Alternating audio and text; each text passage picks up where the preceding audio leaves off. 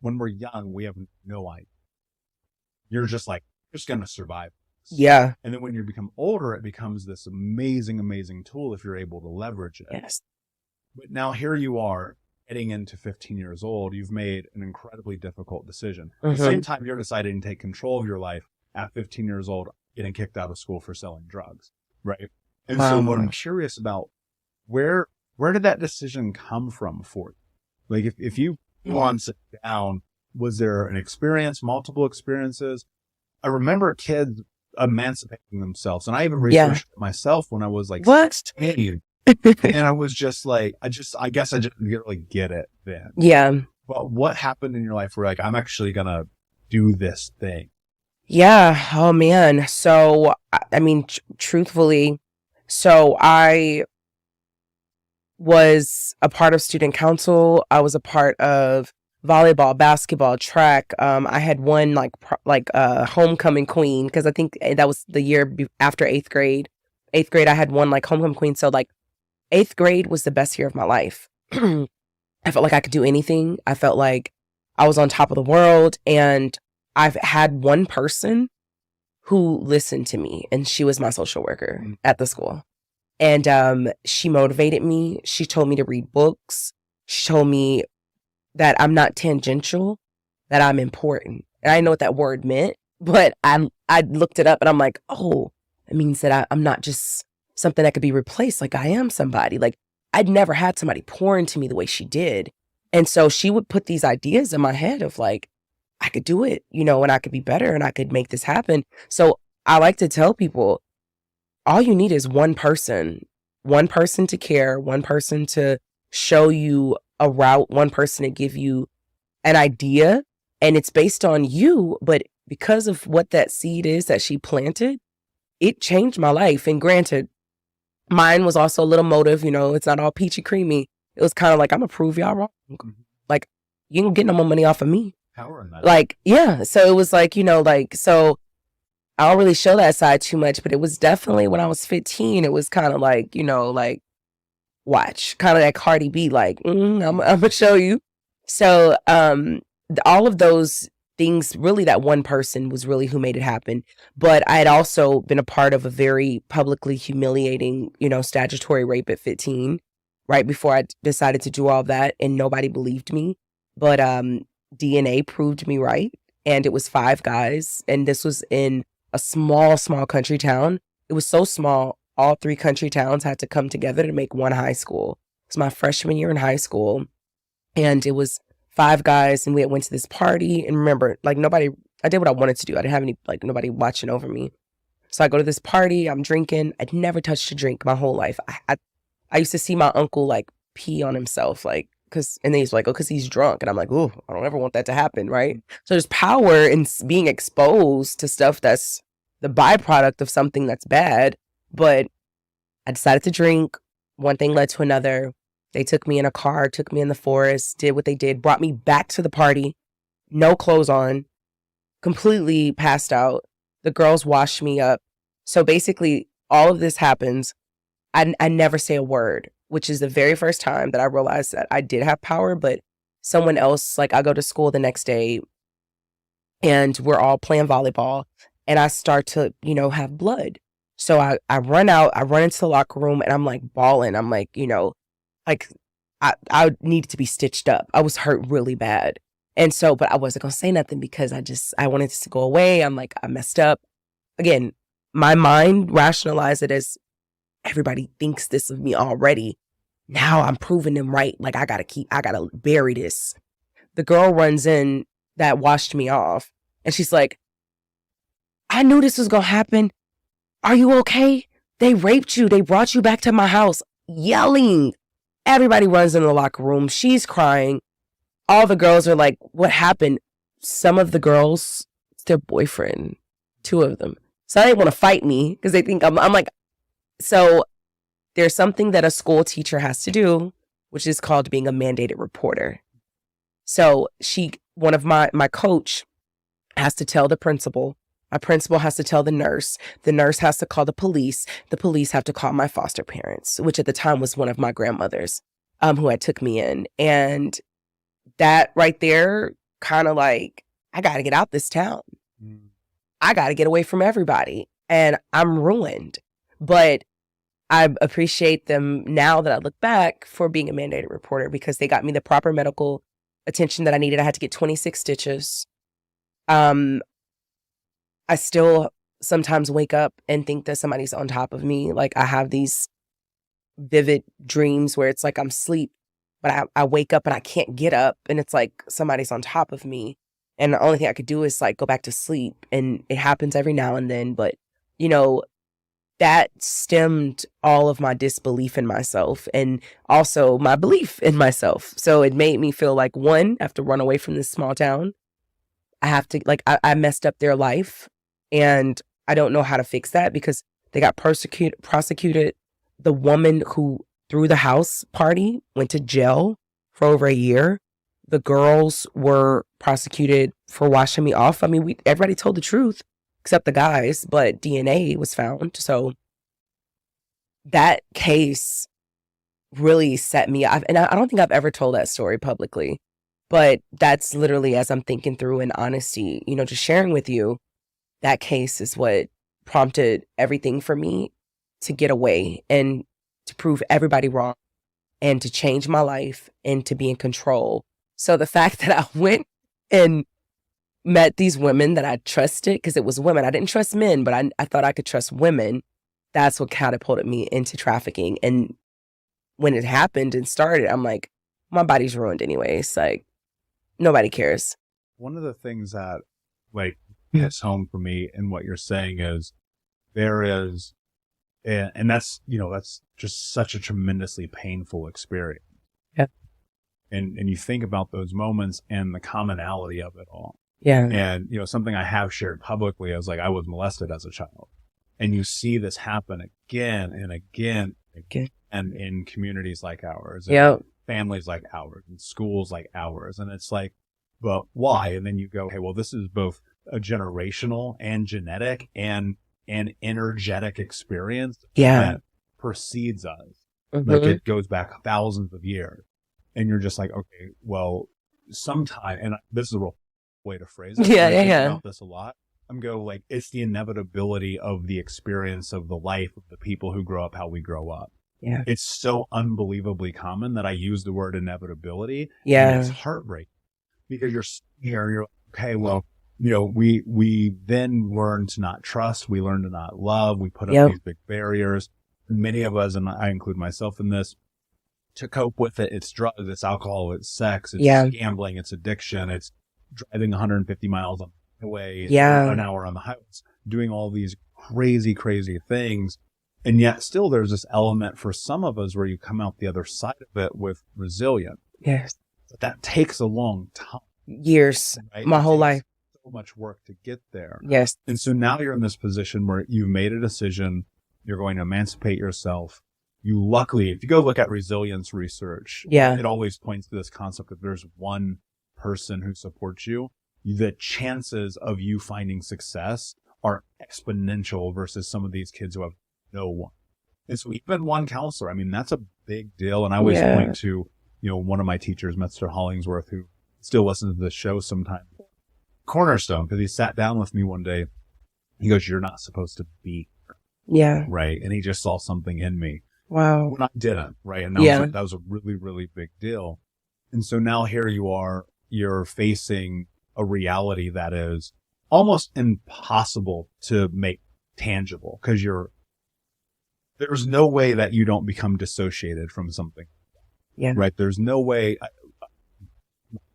right? Obviously. Yeah. But the thing that I think about is the autonomic response that our bodies have to that amount of stress is for you to disappear. Yes. It's how you cope. Yes. Was this a part of the experience for you? What was that? So I knew that I looked at the people around me, everybody in that small town, either you go to college, you make it out, or you work at a local place. I feel like if I wouldn't have went through that, I would have been one of those girls who would have stayed there and kind of went into the same trajectory of what I saw other people doing because I didn't experience anything else. But when that happened to me, I knew I had to run far away because one, I didn't want to be associated with that story, that I didn't want people to know that about me. And then I also didn't want to be hurt. I didn't want to die. I really thought that they would fight me or try to hurt. Like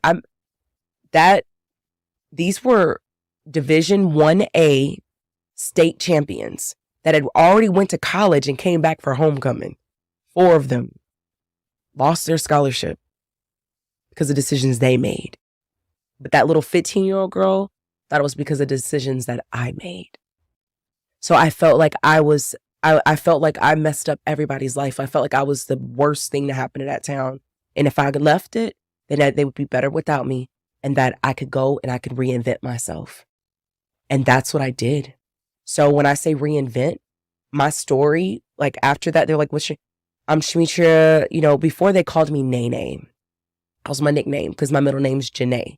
So I changed my name. I'm like, I'm going to use my birth name, Shemitra Gonzalez. I'm going to emancipate myself. Now I'm legally grown. I'm going to get a job. Sonic Drive-In's right across the street from my school. I'm going to go to Sonic and get a job.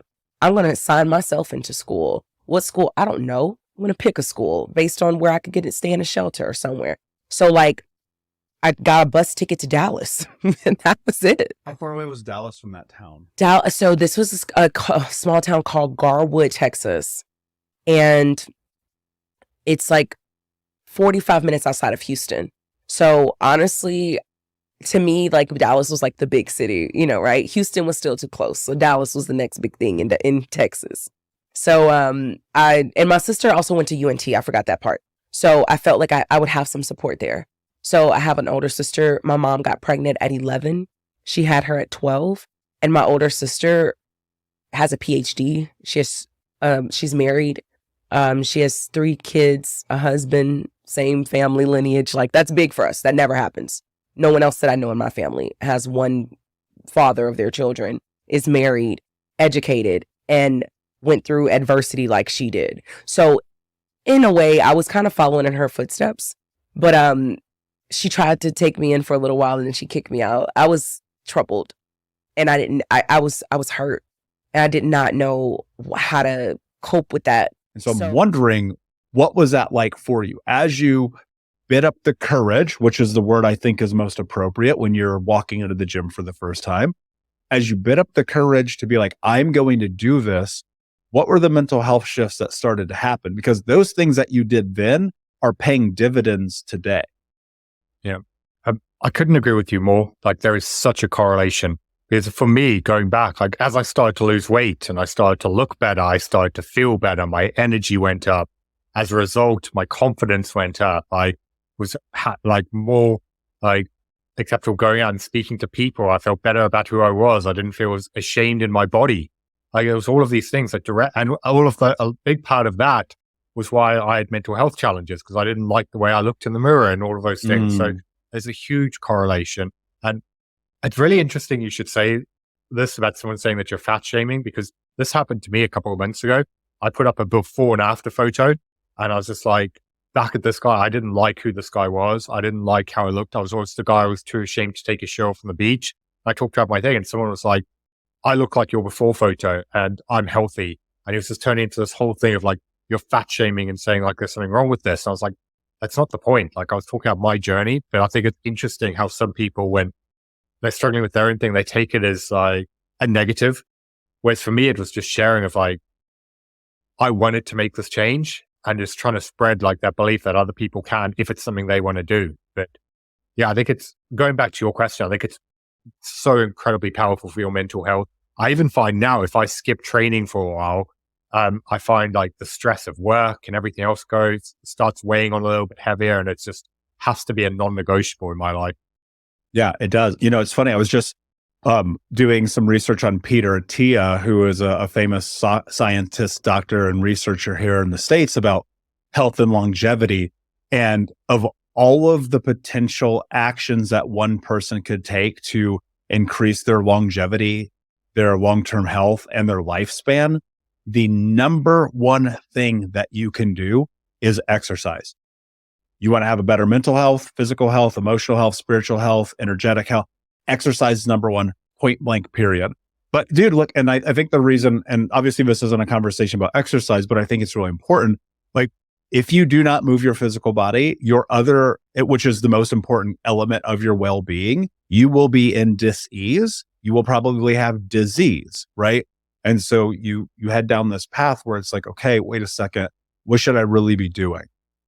This conversation is so much really about the journey to discovery and being who it is that you are today. When you look at who you are as Byron today, and you're measuring the things that have led down the path, what are some of the cornerstones? What are some of the key elements that have helped you become who you are? Yeah. So I think a big thing in my life is just having something bigger than yourself that you're striving towards. Because even though the work I've been doing over the last decade has evolved and pivoted in various ways, the mission behind it's always been the same. It's always been wanting to help as many people as possible who are struggling like I was take control of their lives. And that for me has been the cornerstone of what drives me to do what I do. And I see a lot of people who don't have a purpose bigger than themselves, and that's how they just get stuck going through the motions. Like, I am fortunate to work with a lot of very successful people, and I've spoken to guys who've got millions in the bank. On paper, they've got it all, but they're absolutely miserable. Like, they've sacrificed everything to get to where they are. Their marriages are broken down. Their kids don't speak to them. Like, they hate life. And for me, it's just part of it is because they just keep chasing money. And I'm all for going for money and wealth and stuff. Like, no problem with that. But I'm just a big believer, like, you have to have a purpose behind it. And that's still the thing that drives me. During the bad days and the days where you get knocked down, because anyone in business knows that you have times like that, it's still like the thing that keeps me going. It's like, do you know what? If I can go to bed tonight, even though knowing that I'm doing something that's trying to make the world and my life a better place, then that's what keeps me moving forward. Yeah. What is that mission for you now? It's the same one I said a few minutes ago. It's like wanting to help people who are struggling like I was, or who are at a place where like they know they're meant for something more, but they're just getting in their own way. Like, they know what to do, but they're not doing it. Like, whether it was when I was doing the health work, that was the focus, the mindset work is the evolution of that. It's always going to help people who are struggling like I was, so they can avoid the traps that I was in. Yeah. My mentor often refers to it as the dummy tax. And and a lot of what I do and have built and created with Think Unbroken is, can I help people not pay the dummy tax? Because I've already done it. Because trust me, I've done some of the dumbest you could possibly imagine. But I think the thing that people get to, this journey is hard, man. You know this. I mean, you're facing with, dealing with childhood trauma, lack of confidence, being bullied, being overweight, working a job that sucks, dealing with a father who's terminally ill, facing your own demons, going down this path.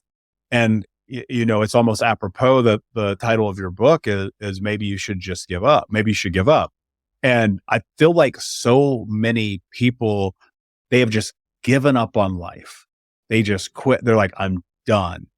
Obviously, I realize that there's a connotation that's very different in the book. And so I'd love for you to talk about what that really means. Like, what does maybe you should give up mean? Yeah. So over the last decade now, I've worked with people in 15 different countries. What I discovered is that there are 7 mental blocks that every single one of us hold on to that stops us from living the life we want, whether it's fear, comparing ourselves to others, being too hard on ourselves, worrying about problems that haven't happened yet.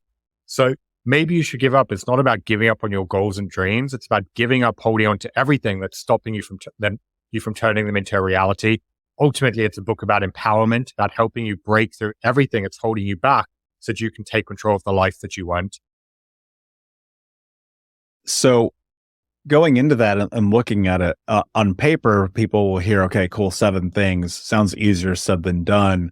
But Byron, you don't know my life, man. You don't know what it's like. I'm in debt. I'm struggling. My relationship's falling apart. I got kids. I don't have any extra time. I'm overweight. I mean, I can keep going, right? And it's like, well, okay, well, what do I do, man? Like, where do I start? My life is a disaster. Like, what do I actually do here?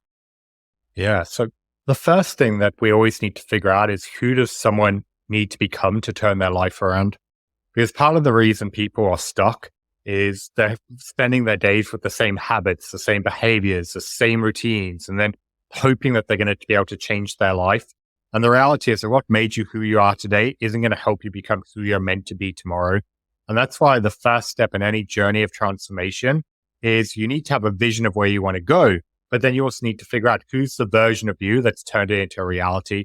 And anyone listening to this right now can do it. Like, just think about, okay, your goals and dream and vision you want. Get a mental image in your mind of what does the version of you who made that happen look like? And then ask yourself, what routines did they develop? What behaviors did they create? What non-negotiables did they do every single day that got them to where they are? That's going to help you create a blueprint to figure out, okay, these are the exact changes that you need to embody to get to where you want to be. But then knowing that is not enough, you need to start pushing yourself to show up as that person in everything that you do. And the way that you do that is you have to take feelings like willpower and motivation out of the equation. When it comes time to do something, you need to ask yourself, what would the person I want to become do right now? Would they make excuses? Would they put it off? Or would they take action? Like whether it's hitting the gym, having that tough conversation, working on that business, whatever it is, you have to start making decisions and taking action as the person you want to become. Because when you start doing that, then you'll stop overcoming your excuses, your fears, your reasons why it can't be done. And you'll start building your confidence, your momentum. And over time, you'll start evolving into that next level version of yourself. How do you navigate at the beginning of this discovery? I have talked to so many people I've coached over the years where we're sitting in a session and I look across from them and I go, oh, no, you're done. We're not coaching right now. Take the week off. You're not allowed to heal this week. Go live. Because so many people get caught up and then they lead down this path of like, they're burned out on a healing. And I'm like, dude, like you're missing the point. So if somebody is in the beginning and they're like, I'm overwhelmed, I hear what you're saying, I get it. Like these little seeds start to grow into giant trees, but then I'm out here like harvesting an entire orchard. Like, what do you do? Like, how do you navigate the start of this? Well, with regards to overwhelm, I always tell people overwhelm is what happens when you're focused on too many things at once, or something that's so big that you are like, I don't even know where to start. And I always liken it to when you've got too many tabs open on your computer and it just makes the whole system either slow down or crash. And the solution is just work on one tab at a time, right? You can't, I mean, even if you got 15 tabs open on your computer, you can't do all the things at one time. So start with one thing. And that helps people to just focus and not have to worry about all the things. So even if it's one big project, break it down into the steps and then just focus on step one. Don't worry about the other 14, right? Yeah, but I want to be healed now, Sharon. Well, we haven't created that magic pill yet, so we'll get back to you when that happens. But I mean, yeah, listen, we are a now generation, right? We want, and with technology and everything else, like it feeds into that of like instant gratification.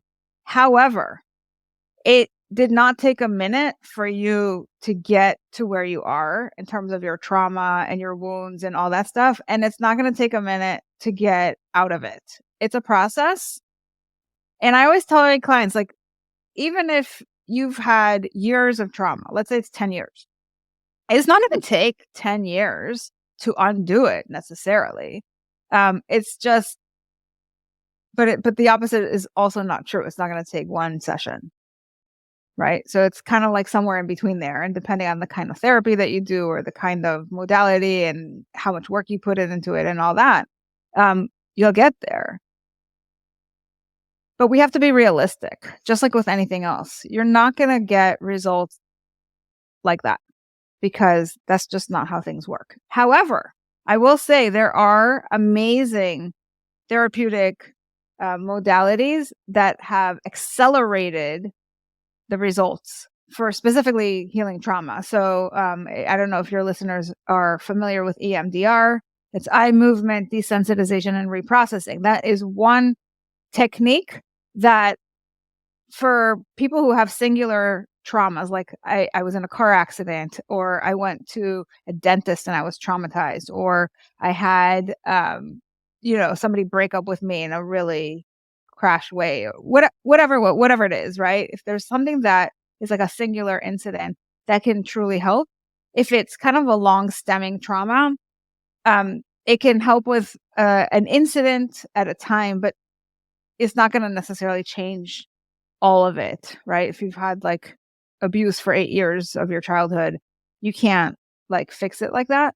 But it is great for all those other things. And that's huge because I mean, I've had clients who have overcome the stress levels of 10 out of 10 in as little as 15 minutes, right? Crazy. And so these modalities are being developed. And I think that is the next best thing to instant gratification, because that doesn't really exist. I mean, but it does work really quickly. And I would say anything that utilizes the body is a way better approach to managing the recovery from trauma than anything that starts in your brain, right? Because our brain is just so fixed on the way that it thinks about things. And we've got these beliefs, and it's just like a lot harder to move that than it is to tackle from the bottom up, which is your emotions, right? If you can move the energy through the body, it actually just works a lot faster. And you can bisect the mind. Like you can not have to go through all the thoughts. You can just kind of have the energy kind of transpire, which is a beautiful thing. Yeah, so true. And I think that also just going to the beginning, because it is like these little bits and pieces you chunk away at, it's these nuances. It's like, if you understand that the relationship with time has to be adjusted, and if you can give yourself the freedom from leveraging this journey as into if, then, when, like, oh my God, there's so much freedom in it. Cause it's like, I still have, like, I woke up the other day and I was like, I'm still dealing with this from 25 years ago. Yeah. I've been to therapy. I've done EMDR. I'm like the guy. And it's like, yeah, I still have it. Like, it's still a part of it. There are still these moments. Yeah. And I think one of the things people get lost in, I mean, there's probably still moments where you have resentment towards your mother, right? And it's like in the nuance, but you notice it, you bring attention to it. You recognize that that's actually not your being. It's not your organism. It's like your brain, because your brain is like, yeah, don't you remember that one time? And you're like, shut up, brain. You don't understand like the life that I'm in right now. Cause yeah, you know, it's funny. I had Dr. Caroline Leap on the show. I don't know if you're familiar with her. Yeah. She was on my podcast as well. She's an incredible human being. And I told her, I was like, you know, I have this theory that your brain is a liar. And she goes, oh my God, right. Totally.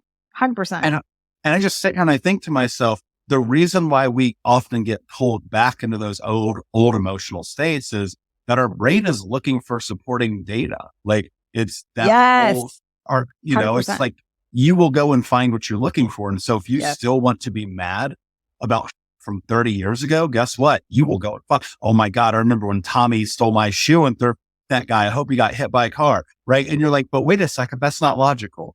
That's just your brain being an...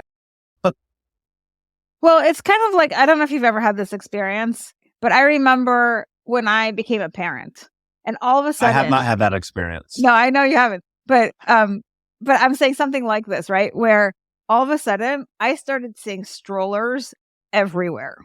And I'm like, is this new? I'm like, no, it's the fact that I wasn't paying attention to it. But now that I have a stroller for my child, I am seeing other people with strollers for their child. Or if it's like, if you got a new car and it's red, all of a sudden you see like lots of red cars everywhere. You know, it's that sort of thing. So I think your brain is looking for patterns. And if you already have an existing pattern, it is going to look for support for that pattern, which is why it's really important to have self-awareness. Like, what is my brain doing? And to be able to challenge all of the stories that it's coming up with, because yeah, your brain often does lie to you. It's not necessarily sharing with you real data that is helpful or that's even true. And so you have to ask those questions. This is the thought in my brain. Is that true? This is the thought in my brain. Is it helpful for me to think about it this way? Because often the answer is going to be no. And if you can figure that out and then find an alternative thought to describe the circumstance that you're in or to think about or interpret the situation, you can change how you feel and the consequent behavior. You can say to yourself, yeah, I mean, I can stay pissed off at Tommy, but that's only punishing me because now I'm carrying around all this resentment. And as they say, resentment is like drinking poison and waiting for the other person to die. So we're just carrying all this stuff around thinking like, oh, I can't release that because I'm going to let Tommy get away with what he did. So we have this justification of why we're holding on to it. But in reality, Tommy doesn't even know or care what you're carrying around. You're the one that's feeling it. How did you find discipline in this journey for yourself? Because that's the place where most people fall off. That's why dreams get shattered. That's why families get disrupted. That's why, we end up having a podcast like this, because it's like, I know that if we can share the real truth about this, because this is not easy, we can create change. So what led you down the path of discipline in this way that it became substantial enough in your life that you decided to hold your commitment to yourself? I think what happened was everything, like always in my life, I was overweight, and it held me back in so many ways because I never had the confidence to try out for certain sports teams or to be involved or to go out places because I was overweight and just, not confident. So as I started to get towards the end of 2020 and I was 320 pounds and just felt absolutely miserable. I was negative. I tried everything to bring everybody down around me, looked for the negativity in other people, couldn't be happy for anybody, and was just feeling miserably, mentally, physically. Got to a point where I knew that I needed something to change. My relationship, we had just had my daughter. She was just a couple of months old, and the stress of just adding a third child to life was around us, and my actions were not helping. I felt stuck because nothing I felt like I had done before, even if it was just a half effort, it didn't fix it. It wasn't going to do it. So getting to a point where I started journaling at the end of 2020, and journaling was I might better have taken my clothes off and went outside in front of the neighborhood. It was so uncomfortable for me because I couldn't talk to the people that work construction or the firefighters, volunteer that I'm with. We weren't talking about journaling because men didn't do that. Men weren't going to keep a diary, or little girls keep diaries, and all the abuse I would have taken from everyone around me if they found out this journal existed. And it just became a place for me to vent, right? I was going to outlet in this place where no one else was going to be able to judge me for it. And that became great for me for the resources I've learned since, why, but that was not something I'd ever done before. And it was almost like I was secretive about it. I didn't even tell my wife right away that I was keeping this journal. And this journal became this book. It was me documenting this all along that just, put this out there because that's what I went through. But deciding to change and be disciplined was finding myself that miserable and trying things I'd never tried before, deciding to do dry January and keep documenting it. It was something started to feel like it was working, and holding myself to the 30 days, aside from what everyone else around me was doing. And then the next 28 days and then 100 days. And once I got to the 100 days, it was like, what if I did this for a year? So breaking it down into the smaller steps, the way that I did, and I know that there's literature that proved that, but that wasn't where I wasn't open to that at the time. Keeping those small goals helped me stay consistent because it didn't seem like it was going to be a lifetime of not having something. It was, I'm only worried about this 30 days. I'm only worried about the next 30 days. And once I stacked those together, it became a lot more solid base for me to build on. Yeah, the nuance is everything, right? It's like if you can just be in this moment, be in this day, and look at the potential. I think so many people make a mistake when they change their life and they look at all the things that they're losing, right? I'm going to lose my friendships. I'm going to lose watching the game. I'm going to lose this and that.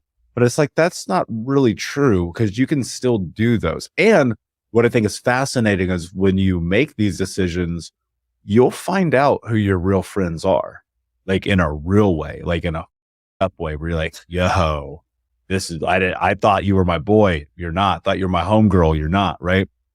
But when you look at it through this window of potential and possibility, the thing that I always have come to find is like, when I give something up, I gain something.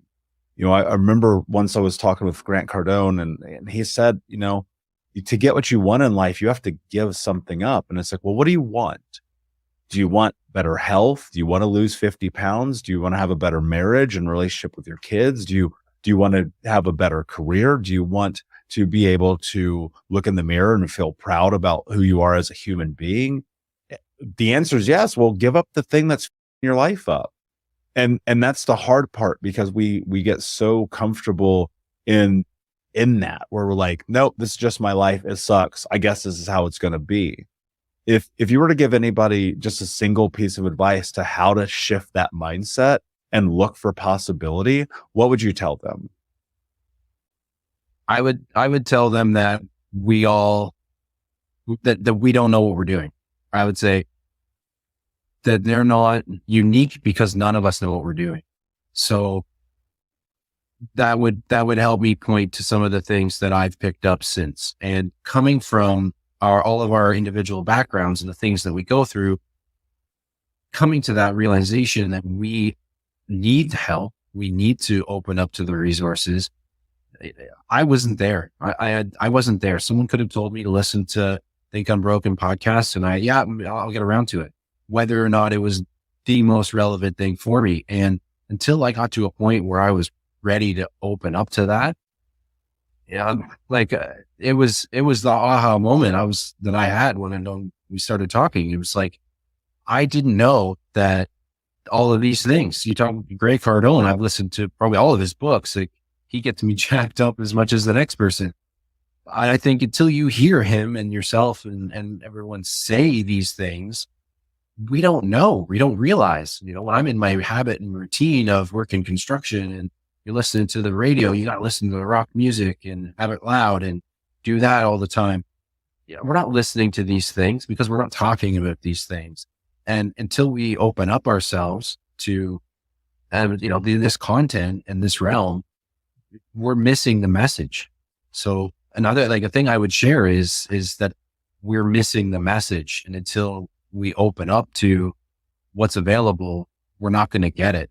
We won't have that aha moment where we are able to fix what's not worked for us in the past. Yeah. I mean, that's so true. I talk about this a lot, but I once had a roommate's girlfriend give me a copy of Eckhart Tolle's A New Earth, and I immediately threw it in the trash can. Right. And so, you think about it, it's like, if you're not in a place where you're open to anything to come in and change your life, it's not going to happen. And I think so many people are not, which is devastating to me. It's like, they're just not open, but they want their life to be different. And I'm like, oh, it doesn't work that way. You have to be open to the possibility that there is a plausible aspect that everything that you want in your life you can have, but it's only going to start with you sitting in your truth. Like, I imagine at some point, Sean, and here's what I think about a lot. There is some dark energy that I think is really powerful. Like, there is the usage of really these moments where you're tired of yourself that I think can play a huge catalyst in this journey. And, for me, when I was at my rock bottom, 350 pounds, smoking 2 packs a day, drinking myself to sleep, I was like, dude, I am so done with myself right now. Do something different. How do you leverage that energy while simultaneously loving yourself? It's difficult. And in the beginning, probably even through a lot of the 1 year that was the basis of this book, I was still miserable, but I was inching towards getting better. I became more appreciative of small things that I didn't I didn't notice before. And every time I started to pick up on it, it was that little bit that kept me going, was like, that's actually a really good point. And when I started listening to podcasts and reading books, it wasn't out of recommendation from others, because like I said, I was trying to fix it on my own. So I wasn't ready to talk about it. I couldn't handle what someone might tell me, which is the hard truths that we need. Like you said earlier, it's to just get off your ass and go. We can't hear it like that a lot of the time, even though we should. So when I started looking for podcasts, I was finding that I could relate to the sports people, the actors, the celebrities that were opening up, Kevin Hart and Matthew McConaughey, and the kind of celebrities that I was growing up watching. And these are people too. They have the same things at their level that I'm dealing with, that we're dealing with. So by hearing them talk about it, all of a sudden I'm open to listening to Dr. Caroline Leaf and Mel Robbins and Gabor Mate and all of these other people, because I felt more ready for what I should have heard in the beginning. But I didn't have that until I could relate to someone that I felt was going through something similar.